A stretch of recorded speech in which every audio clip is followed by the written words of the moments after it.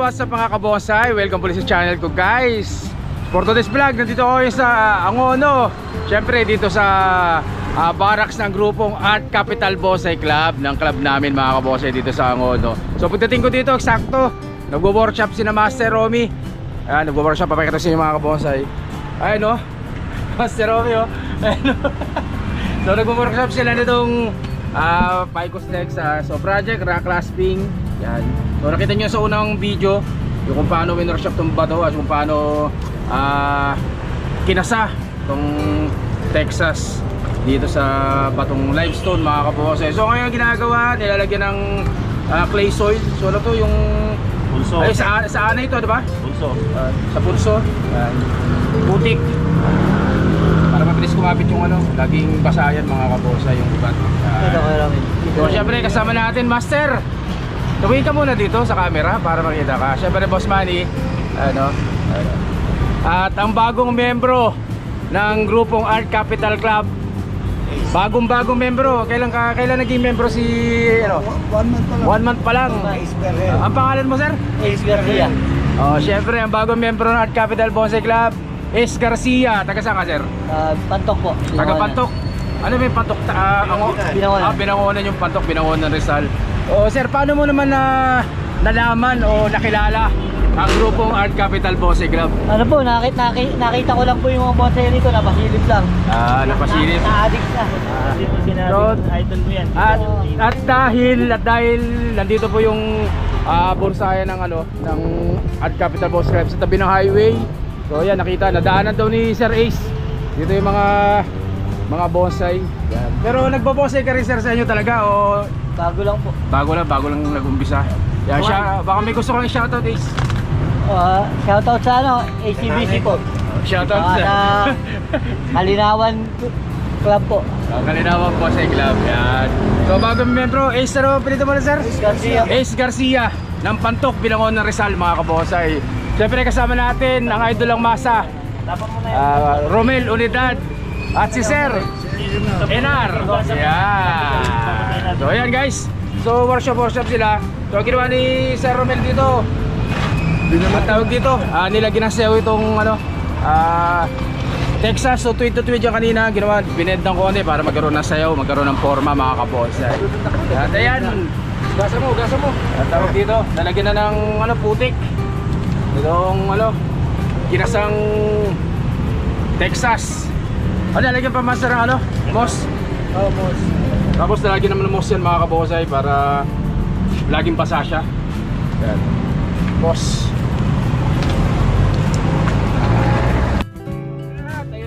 Tayo na nga guys. Yan. So lalagyan ng moss. Yan. Tapos sa loob. Nipisan lang muna.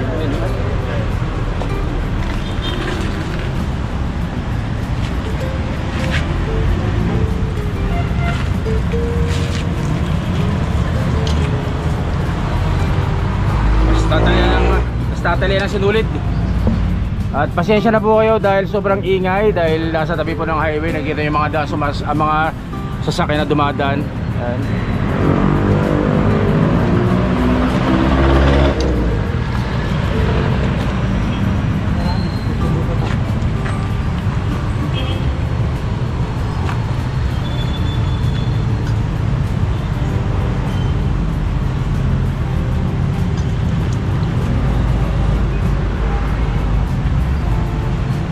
Master, itong ugat, hindi ko natin balutin, ano? Balutin yan. Balutin na lang.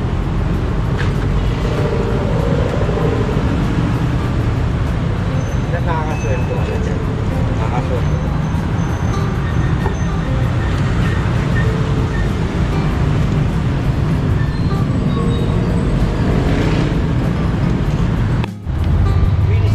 At yun na nga mga kabonsai. So nung nilagay yung ang moss, syempre tinalian ng sinulid para hindi malaglag yan kapag magdidilig mga kabonsai.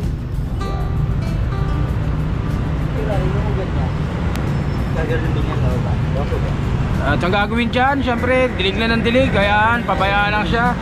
Kahit mga 1 taong nakaganyan yan, hanggang sa yung bagong ugat na tutubo dyan, dumikit na mismo dun sa pinakang limestone mga kabonsai. So ganyan ang proseso ng pa-project po ng root over rock o rock clasping na Picos, Texas sa limestone mga kabonsai.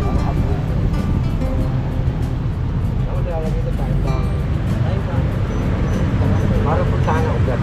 Alin mo nga po dun sa ilalim niya. Ito, master, wala. Pag may nakita akong pariwa. Diba sabi natin alam ko yan, lagay mo na sa sa gulong. Gulong mo tayo. Basta tansyahin mo lang yung nakadulong ugat niya. Ito lang ang video mo. Huwag mo ilulubog lahat. Tansyahin mo lang yung yung aabutin ng lupa yung ugat. Basta yun dun sa ano.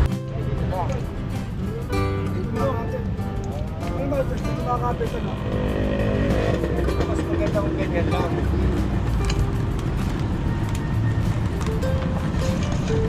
Master, huwag kayo sa magalaw. Huwag kayo sa magalaw. Ano dyan na, maratawag dito, lagi masasakin.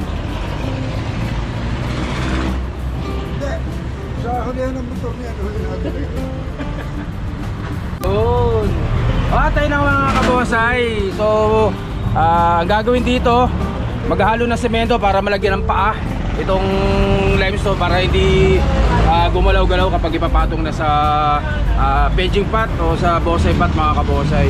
So magsesemento, so gagamitin nilang buhangin dyan itong yung mga pinakbak dun sa limestone na mga pulbos-pulbos ng limestone. So yun ang gagamitin para maging parang kulay brown din yung master no? magiging kulay brown din ang ingay ng mga jeep. So ayan, lalagyan ng paa itong limestone para hindi ano, mabuwal.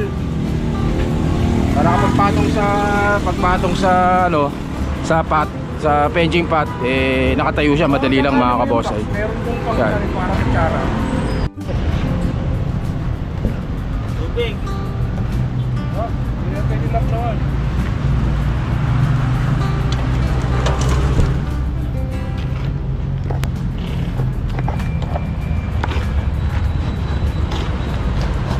Tatayo, master.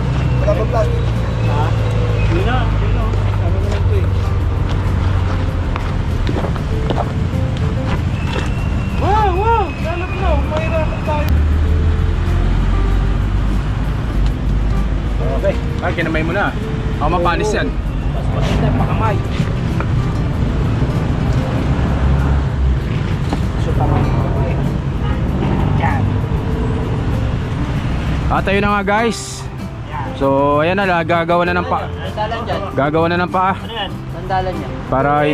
para hindi gumalaw.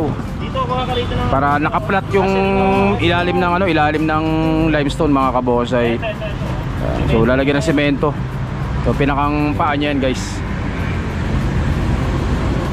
Para kapag pinatong sa penging pot o sa bonsai pot, eh pantay siya guys. Hindi siya gagalaw-galaw, para hindi matumba.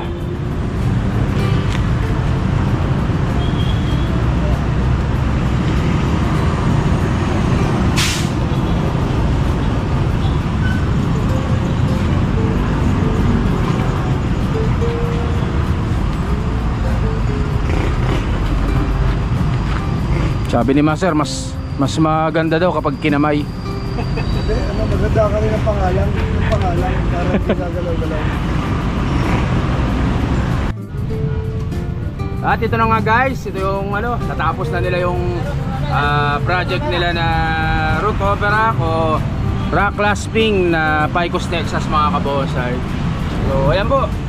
So nakita nyo naman sa video kung paano ang proseso ng pagpapakapit ng bato. Yan, para magkaroon kayo ng idea kung gusto nyo gumawa ng ganyang project. So ganyan lang po yan mga kabonsay. Siyempre nalagyan na ng paa para pantay po yan mga kabonsay pag ilalagay sa penging plate o kaya sa pot para hindi siya gumalaw-galaw mga kabonsay. Yan. At dahil medyo matagal ako hindi napunta dito sa Art Capital Bonsai Club dahil sobrang busy natin pagpasok ng October, November, December. So naging sobrang busy natin, ilang ako nakabalik 3 buwan na ata o 2 buwan ako hindi nakapunta dito mga kabosay. So ikutin ko yung mga halaman, papakita ko sa inyo lahat. Yung mga, na-miss ko yung mga tanim dito. Lalo na yung mga Texas dito na mga malulupit. Ayan o, lupit yan guys.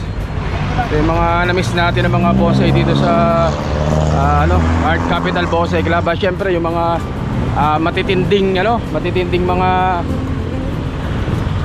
kamuning bilog. Yan. Tsaka yung mga banya na, lalaking banya yung mga banya na yan, kung gaano kalalaki. So ikutin ko yan, papakita ko sa inyo lahat yan mga kabonsai.